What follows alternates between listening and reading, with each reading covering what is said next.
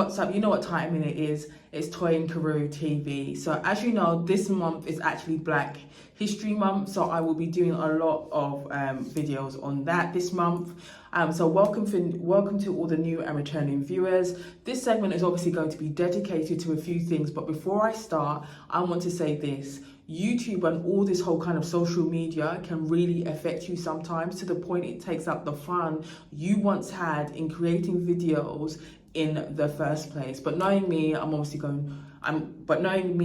to keep going in a direction of music, culture and beauty. I think the trajectory that I was going down was stifling me with my concentration on just luxury cars, even though I thought there was nothing wrong with it. Like, really, what is wrong with a woman speaking about cars? And I don't really think there's nothing wrong with it, to be fair. It's never a problem unless you're doing something around me that you should obviously be doing. Now, and I obviously think, what's the big deal? I didn't see anybody else doing it apart from me, and but it is what it is. But I will say that you just have to keep pushing and pivot in a direction that is for the betterment for your well-being, just not on a physical level, but on a mental one as well, whilst obviously respecting the boundaries you set for yourself and others around you.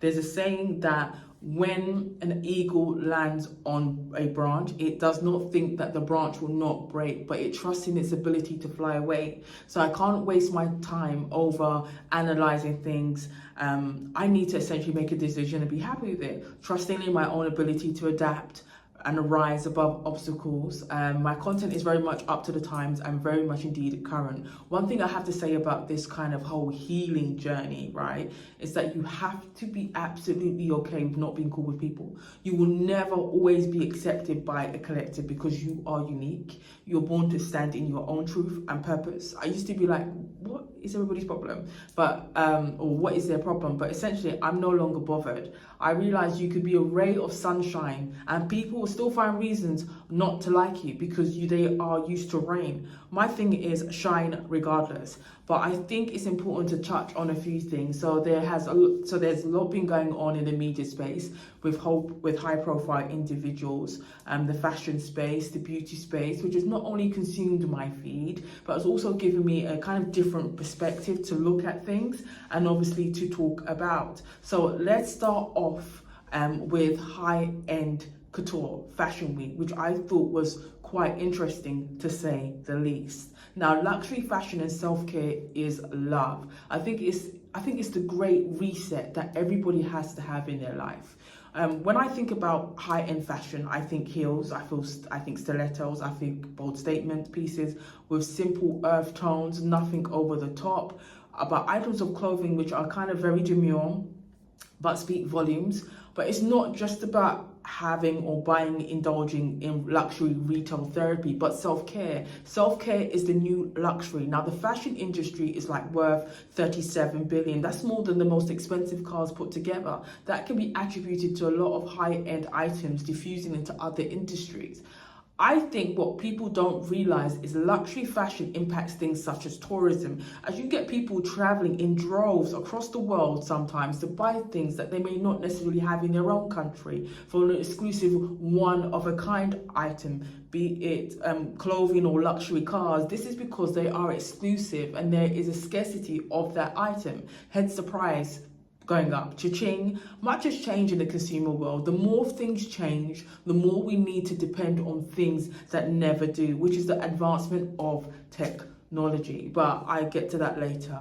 As we all know, Milan and Paris is not only known for beautiful scenery, church, also known as a destination for luxury high-end fashion. So it's no surprise that Fashion Week is hosted in these places. Now, what I noticed with a particular runway show is that they had models come down the runway, right, with trash littered on the floors, and the models were being hurled trash at the same time by the audience. It was ludicrous. It was very different to what I'm accustomed to seeing. For me, I think they were trying to convey trash as a form of artistic expression, which clearly worked because it got my attention. The clothes that are selling are for thousands. Most times you see women walk down the runway strutting their stuff with shoes that they can barely walk in that cost thousands of dollars. But I think it's But I think with Fashion Week, it gives people the opportunity to wear some hideous outfits. Not only does it, you made this or wore that and you thought this was amazing, it's obviously beyond me. I know the purpose of luxury fashion is to obviously exude a sense of confidence, style, and most importantly, identity. There's only one superstar that can obviously do that effortlessly, and essentially looks good each and every time. Now, there's creativity and then there's pure ridiculousness. I'm not going to obviously show you the clips, but you must have thought, you must have seen that and thought to yourself, surely this is not a good idea. But I guess it's each to their own. Now, the editor of Vogue always attends Fashion Weeks and greets those in attendance. But I think surely she could have mentioned or given constructive criticism to those of the designers, as their garments, some of their garments were hideous, and you spent hours creating this. But this is constructive criticism. You want to be able to obviously push the envelope of creativity whilst obviously making it digestible by your viewers and obviously consumers. Anyway, in spite of this, many people always show up and showed out for this event, which is probably going to last a couple of days. Many of the models were noticeably faces for some very well-known retailers of high-end luxury fashion. When some of the models were walking down the runway, I was like, well, don't you model for such and such? I was like, yes, girl, give them attitude, now walk off. Many models were not doing the atypical runway walk. They were being very, very creative with it. Now, as the runways are beaming with new luxury garments, many of the independent high streets are not doing well at all. However, I feel like with the rise and advancement of technology, that could seemingly change. You see, an independent store may have a maximum of, say, 20 people coming to the store. But when you have an online presence and you have a good product, the numbers obviously quadruple vastly, definitely opening up yourself to more opportunities than a brick and mortar store. Because being online, you're able to transcend borders without any hesitation or equivocation. Online shopping is the new wave. Online e-commerce shopping is convenient, no queues, and it essentially saves a lot of overheads, creates a more of an efficient, streamlined services. According to Shopify, where most list their items, the e-commerce industry is worth about 6.33 trillion globally. Now, just imagine, depending on where you are in the world, you could essentially get a stake of that. A cut huge, and there's much potential, whether you're selling garments for thousands to selling comedy tickets for a couple of hundred. There's essentially an opportunity for everyone to have a piece of the pie. I went to a runway the other day and I sat front row, and that was exciting. It was my first one, and I was kind of contemplating what to wear, but I realized there's nothing to wear because it's going to be streamed. So the retailer for the event decided to obviously stream it. Yes, stream. And it's my favorite retailer by far, right? This is the only kind of shop I really go in, but this is one of my favorite shops. Simple, but speaks volumes. Let me tell you, it was nothing short of amazing. Not only did they have a mother and daughter duo, but they were supermodels and actresses. What I really liked about the direction of the lead, and what I really liked about the direction of the lead is the outfits she thought would be suitable for the models. Many of the items picked, I definitely think were inspired by things that you would find on the runway. Not only this, but you actually got to see what the models have to do behind the scenes of a photo shoot. So I'm such a geek for these things, sorry. Ask myself, what really is the difference between the different fashion weeks? I think for me, with Paris, Fashion Week is, people tend to wear block colours, whereas in New York, it's more kind of bold, more vibrant colours, and could potentially be a mismatch, but they find a way to make it trend. London, I think, definitely is more kind of earthy tones, earthy dark tones. Talking of trends, the WNBA be doing their thing when it comes to runways. That comes to their own runway. Normally when the ladies are on the basketball court, they obviously got their trainers on, but as soon as they come off the basketball basketball court. It's a whole different look entirely. Like, wasn't you not just on the basketball court? I think fashion is just on the basketball court, but the way these ladies are be turning up to these games, they looked amazing. Stilettos, Bottega bags, and one of a kind pieces that you can only find in shops. Some of it's custom made, and sometimes they be having their sweat gear and stuff on, and they still look fly. Are you guys playing or practicing on the court, or is there a one way we don't know about? Girl, if you don't stop, if they're not singing or dancing on the way to practice, they be showing up and showing out like they come fresh off the runway. This is one thing I like as a woman myself, to see other women look so good and shine so bright. Okay, looking so elegant and very expensive, especially the way in which they obviously put it together. Sometimes you could have an outfit that costs thousands, and then you just have one single item. However, sometimes the mid-price high street do exactly the same thing, and you could look expensive. You look like a bag of money. It goes down to what your personal preference is. Now, with that being said, I wanted to discuss a high-profile individual. As we all know, it's Black History Month, and that's obviously done a lot for the culture of Black people. Being a Black young woman, I was known, it was always very kind of complex. It was often very hard to navigate in certain arenas without being frowned upon, or just not the right fit, because you may be stepping out of what society thinks you should be or do.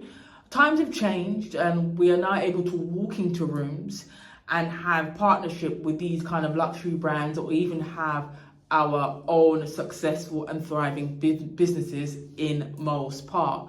Anyway, I'm in a trajectory there. But back to my point, which is that this individual done a lot in terms of obviously catapulting the genre of hip hop forward, which then opened up doors for endorsements between fashion and hip hop culture, cognacs and the hip hop culture, high-end luxury cars and the hip hop culture. And this is obviously trickled down to other genres as well, with some of these endorsements in the millions. Not excuse some of the behaviour that has been on our screens. I just think at this time it's important to keep a level head, especially when you are obviously choosing to speak on a situation we don't know the facts to, but making assumptions on the probability of this and the probability of that happening. I think it's taken a minute for the culture to move forward into a positive space with substance and not hot air, and it's important as a collective of people that we maintain that and ensure that we never regress, but obviously be still aware that that of many we are one. Now, you might think, wait a minute, who are you? I'm a woman that understands that it's important to be optimistic as we absorb information from 100 different directions. So the sheer encompassing power of a podcast is important. It's important that consideration of parties being discussed is actually factual. Entertainment has changed, becoming more inclusive, more luxurious, in a sense of comedians are now becoming actors, not just in Hollywood, but independent films that have a gross budget of 100 million across the board. So if you ain't there, or obviously don't have access to the actual information, then I think we really shouldn't be speaking on it. Anyway, I digress. I feel the beauty industry that is worth about 1.7 billion has had a tremendous impact, not just on embodying self-care and wellness, but luxury. Let's face it, people are genetically blessed and endowed with the most elite type of skincare known to man. I do love about certain cosmetics is that they cater for women and usually available.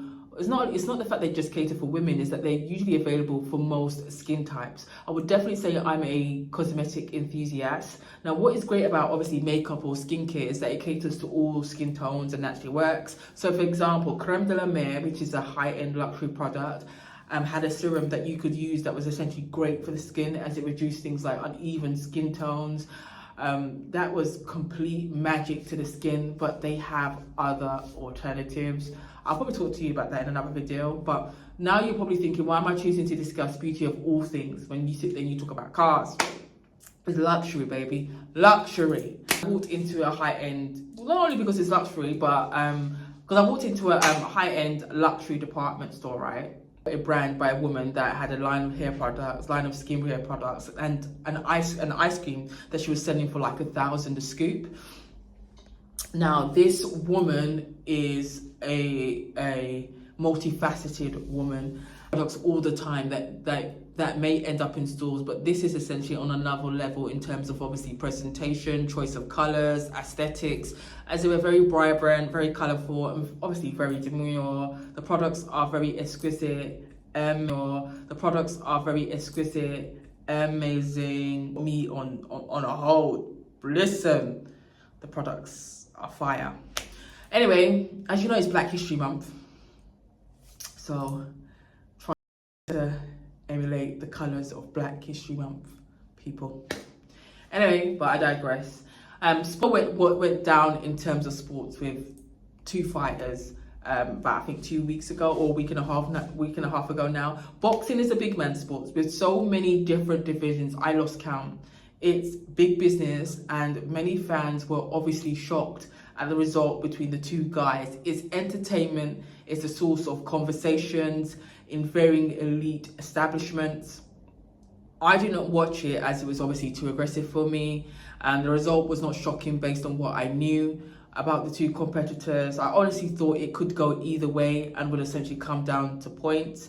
That was my initial thought, but hey, it is what it is. I just think the game of boxing has changed and evolved, and it's really a form of entertainment now. It's like watching a movie. Like sometimes when you see the prior to the lead up to the game, sometimes they show snippets of the fight between the two opponents, and it's like really watching a movie pre-release, really.